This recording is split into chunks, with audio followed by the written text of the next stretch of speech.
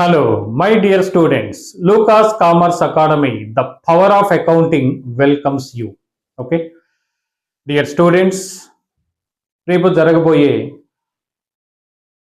ఎగ్జామ్కి సంబంధించి డిప్రిసియేషన్ చాప్టర్ని మనం డిస్కస్ చేస్తున్నాం. లాస్ట్ క్లాస్లో ఫిక్స్డ్ ఇన్స్టాల్మెంట్ మెథడ్ అంటే ఫిక్స్డ్ అసెట్ అంటే ఏంటి, డిప్రిసియేషన్ అంటే ఏంటి, how to calculate depreciation under fixed instalment method చూసాం. సో ఈ రోజు అదే మెథడ్ కింద మరికొన్ని ప్రాబ్లమ్స్ చేయబోతున్నాం. ఓకే, ఒకసారి నిన్న ఫస్ట్ ప్రాబ్లం డిస్కస్ చేసాం. ఈరోజు ఇంకొక ప్రాబ్లం మనం డిస్కస్ చేయబోతున్నాం. ఓకే, చూడండి. So Kumar brothers acquired a machine on 1st July 2019 at a cost of rupees 14 lakhs and spent rupees 1 lakh on installation. అండి 1st July 2019 ఒక మిషనరీ మనం 14 lakhs కొన్నాం. దాన్ని బిగించడానికి అంటే installation charges or erection charges 1 lakh అయినట్టు చెప్పాడు. The firm write off depreciation at 10% per annum on original cost every year. So original cost మీద డిప్రిసియేషన్ క్యాలిక్యులేట్ చేస్తున్నామంటే ఆ మెథడ్ ఫిక్స్డ్ ఇన్స్టాల్మెంట్ మెథడ్ అవుతుంది. So books are closed on 31st December every year. So 31st December books close అవుతున్నాయి. This is the very very important అని last class లో చెప్పాను. అంటే when the books are closed దీనికి ఉన్నంత importance ఇక దేనికి ఉండదండి. ఓకే, సో మనం మీకు చెప్పాను అసెట్ కొన్న డేట్ నుంచి ఇయర్ ఎండింగ్ వరకు మనం డిప్రిసియేషన్ క్యాలిక్యులేట్ చేస్తామని చెప్పాను. లాస్ట్ ప్రాబ్లంలో ఇయర్ బిగినింగ్ నుంచి కొన్నాం, బిగినింగ్ డేట్ కొన్నాం కాబట్టి ఇయర్ బిగినింగ్ నుండి ఎండింగ్ వరకు అంటే 1 year డిప్రిసియేషన్ క్యాలిక్యులేట్ చేసాం. కానీ ఇక్కడ మనం అసెట్ 1st January కొనలేదు, 1st July కొన్నాం. అంటే 2019 1st July కొన్నాం. అకౌంటింగ్ ఇయర్ మాత్రం వచ్చేసి December 31st క్లోజ్ అయింది. అంటే అది ఎప్పుడు స్టార్ట్ అయి ఉండాలంటే 1st January. అంటే 1/1/2019 to 31st 2019 asset year beginning డేని కొనాల్సిన అవసరం లేదు. మనకి ఏ రోజు అవసరమైతే ఆ రోజు మనం అసెట్ కొంటాం. అంటే 2019 Januaryన అసెట్ మన చేతిలో లేదు, February అసెట్ మన చేతిలో లేదు, మార్చిలోను అసెట్ మన చేతిలో లేదు, నెక్స్ట్ ఏప్రిల్ మన చేతిలో లేదు, మే మన చేతిలో లేదు, జూన్ కూడా మన చేతిలో లేదు. అంటే ఈ 6 నెలలు ఈ అసెట్ మన దగ్గర లేదండి. July 1st కొన్నాం అంటే July 1st కొన్నా అంటే కొన్న డేట్ నుంచి డిప్రిసియేషన్ ఇస్తాం. అంటే కొన్న డేట్ నుంచి డిప్రిసియేషన్ ఇస్తాం.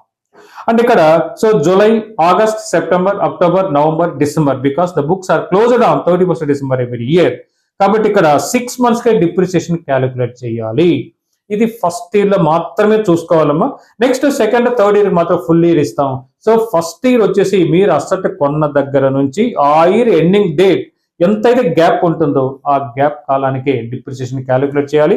సో ఇక్కడ మనం ఆ ఇయర్ లో 2019 లో వాడింది 6 months కాబట్టి 6 months కి డిప్రిసియేషన్ ఇవ్వాలి.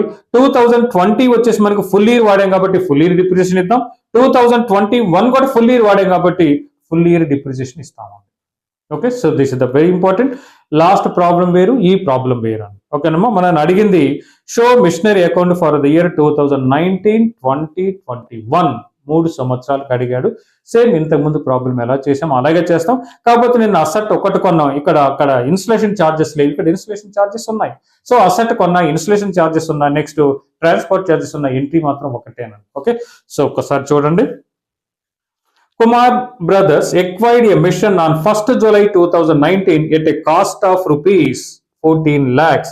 సో ఈ డేట్ మనం కొన్న మిషనరీ పర్చేజ్ చేసినప్పుడు asset machinery account debtor to bank account. So 1/1/2019. So 17 this is the very very important. 1/7/2019 to bank account. To bank account 14 lakhs 14 లక్షలకు మనం అసెట్ కొన్నాం. ఓకే, తర్వాత and spent 1 lakh on its installation. Installation వచ్చేసరికి అదే date ని pay చేసాం. Same entry machinery account debtor to cash or bank account. 1/7/2019 to cash or bank account. Okay, bracket లో mention చేయండి installation charges. Okay, so to cashier account రాయొచ్చు, to bank రాయొచ్చు, to cashier bank రాయొచ్చు. Okay, so installation charges వచ్చేసి 1 lakh. Okay, ఇప్పుడు asset value ఎంత అంటే 14 lakhs అని చెప్పకూడదు, 15 lakhs అండి. నెక్స్ట్ ఈ డేట్ నుంచి 1/7/2019 నుంచి 31/12/2019 వరకు నో ఫర్దర్ ట్రాన్సాక్షన్స్. కాబట్టి ఈ ట్రాన్సాక్షన్ లేవు కాబట్టి ఈ ఎండింగ్ డిప్రిసియేషన్ క్యాలిక్యులేట్ చేద్దాం.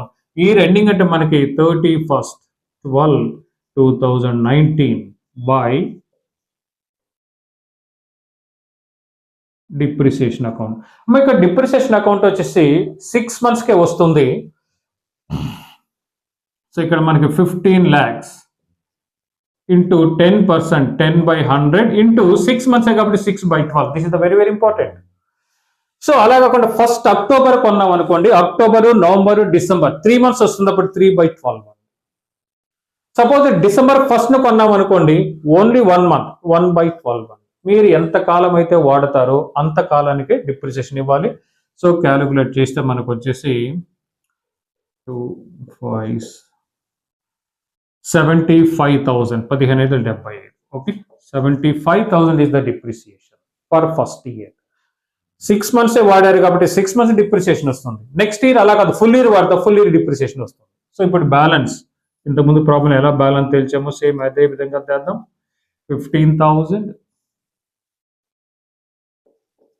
15,000 same date by balance C by D. So 14,25,000. Okay, next second year beginning తీసుకొద్దాం. 1/1/2020 to balance B by D 14,25,000.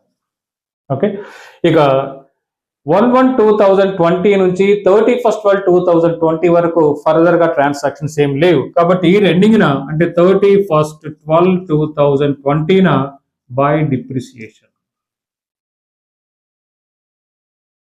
ఏంటి మనకు తెలుసు, depreciation account debtor to machinery account. So depreciation మనం వచ్చేసి ఇక్కడ 15 lakhs ఇప్పుడు కూడా ఒరిజినల్ కాస్ట్ మీద డిప్రిసియేషన్ క్యాలిక్యులేట్ చేస్తాం into 10%.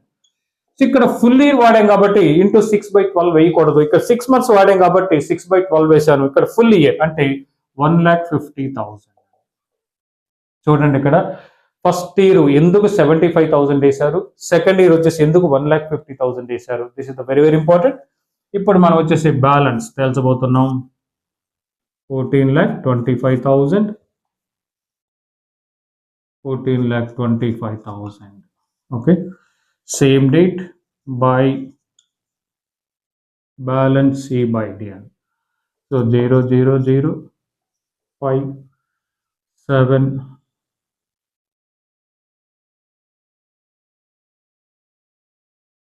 12.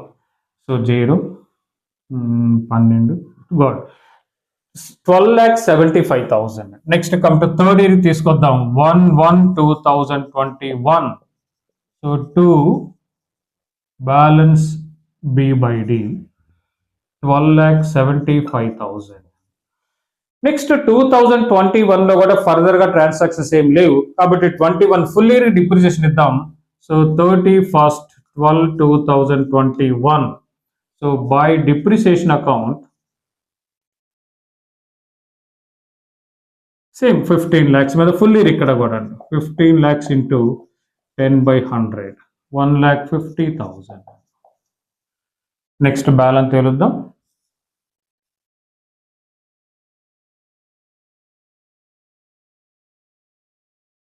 12,75,000. Okay, balance C by D 0,0,0,5,2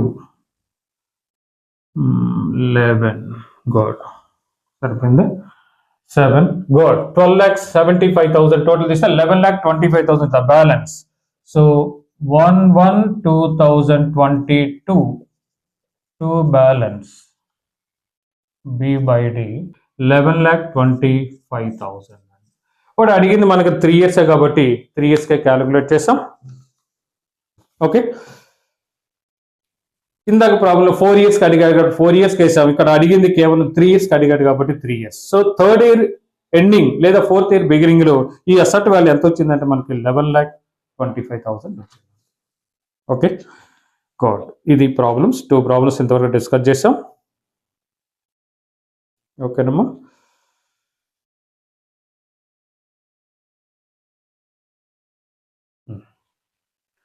next ఇంకొక ప్రాబ్లం చూడండి. MR Traders purchased a machinery for rupees 80,000 on 1st April 2020. Dates are very very important. రియల్గా చెప్పాలంటే డిప్రిసియేషన్ చాప్టర్ డిప్రిసియేషన్ పేరు కాకుండా డేట్స్ అని పెట్టుంటే చాలా బాగుండేదండి. డేట్స్కి మంచి ఇంపార్టెన్స్ ఇక్కడ ఉంటుంది. డేట్స్ కానీ పర్ఫెక్ట్గా మీరు వేయగలిగితే చాప్టర్ అయిపోయినట్టేనండి. డేట్స్ వేయడం వచ్చేసి very very important. So MR Traders purchased a machinery for rupees 80,000 on 1st April 2020. Okay. So it provided annually at 10% on original cost every year. And fixed installment method. The books are closed on 31st March every year. So this is the very very important. ఇంతకుముందు చెప్పిన problems లో 2 problems లోను 31st December close అయింది. ఇక్కడికి వచ్చేసి మాత్రం 31st March close అయిందండి. చెప్పాను already మీకు. When the books are closed is the very very important. Okay, so what again question, prepare machinery account for first 3 years under straight line method. 3 years మాత్రం అడిగాడు ఇక్కడ. స్ట్రైట్ లైన్ మెథడ్ ఫాలో కమని చెప్పాడు. మీరు asset కొన్నది చూడండి ఇక్కడ April 1st అంటే 1/4/2020 కొన్నారు. బుక్స్ క్లోజ్ అయ్యేది మాత్రం 31st. బుక్స్ క్లోజ్ అయ్యేది books closed on 31st March every year.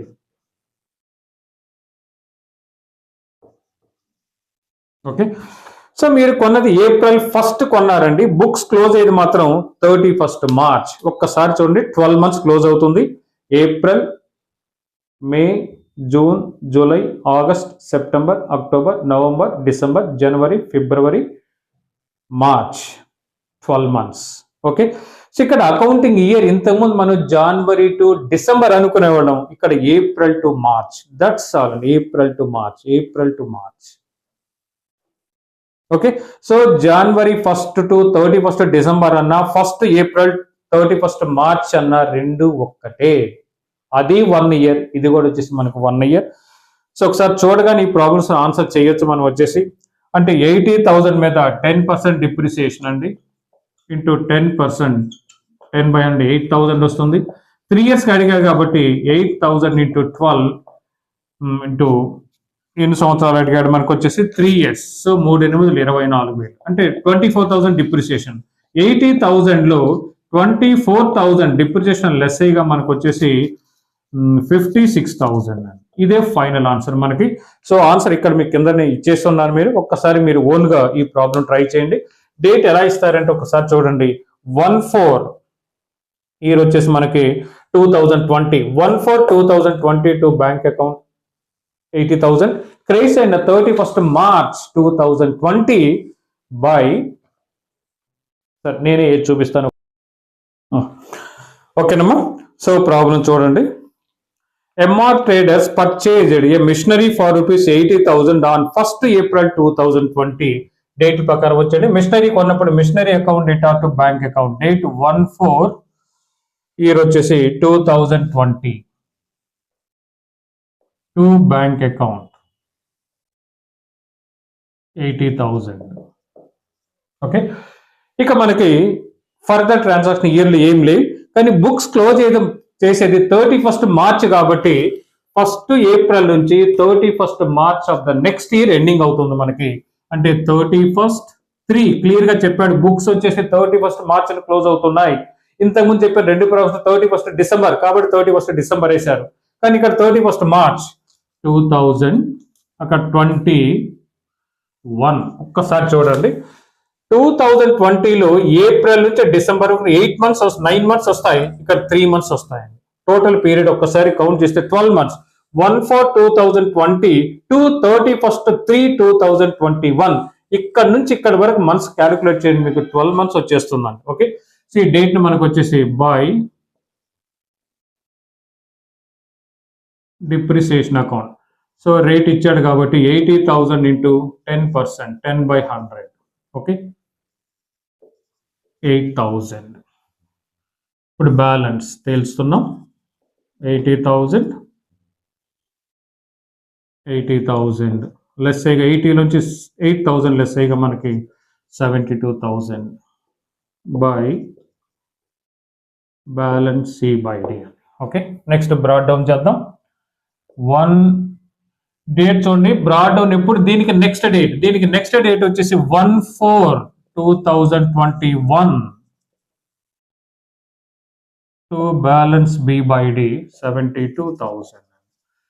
So April to March అన్న 12 months, జనవరి టు డిసెంబర్ అన్న 12 months. ఓకే, ఇక 2021 లో మనకి ట్రాన్సాక్షన్స్ ఏం లేవండి. Credit side 31/3/2022. చూడండి ఇక్కడ 1/4/2022 నుంచి 31/3/2022 వరకు 1 year. కాబట్టి బై డిప్రిసియేషన్ అకౌంట్. ఫార్ములా తెలుసు, cost of asset 80,000 into rate of depreciation 8,000. Okay, balance వెళ్దాం.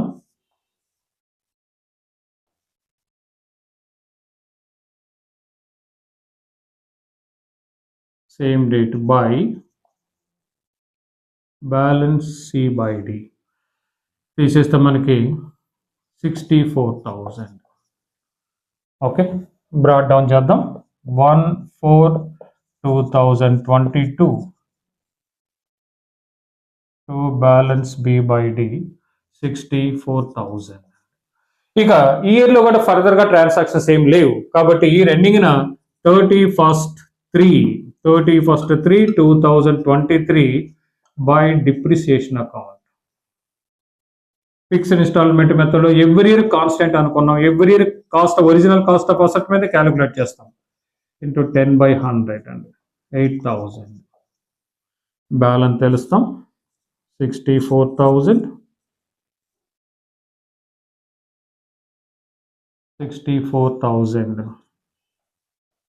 By balance C by D 56,000.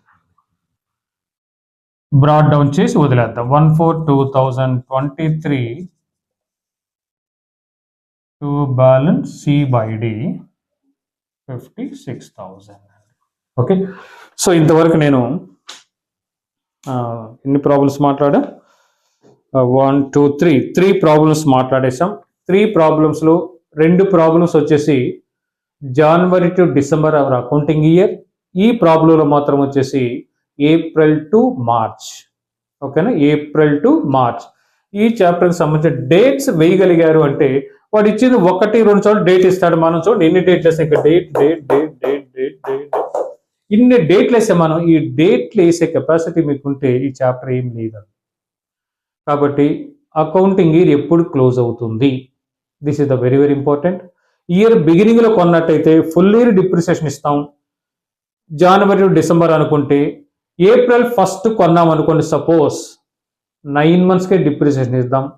July 1 కొంటే ఫస్ట్ ఇయర్లో మాత్రమేనండి 6 months డిప్రిసియేషన్ ఇస్తాను. అక్టోబర్ 1 కొంటే 3 monthsకే ఇస్తాను. డిసెంబర్ 1 కొంటే డిసెంబర్ 1 టు డిసెంబర్ 31 1 monthకే ఇస్తాను. అయితే సెకండ్ ఇయర్ థర్డ్ ఇయర్ అటు వచ్చేసి మాత్రం ఫుల్ ఇయర్ డిప్రిసియేషన్ ఇస్తాము. ఓకే, ఇది ఫస్ట్ ఫార్ములా మీద డిస్కస్ చేసిన ప్రాబ్లమ్స్. అంటే రేట్ ఆఫ్ డిప్రిసియేషన్ డైరెక్ట్గా మీకు ఇచ్చినప్పుడు annual depreciation equal to cost of asset into rate of depreciation by 100.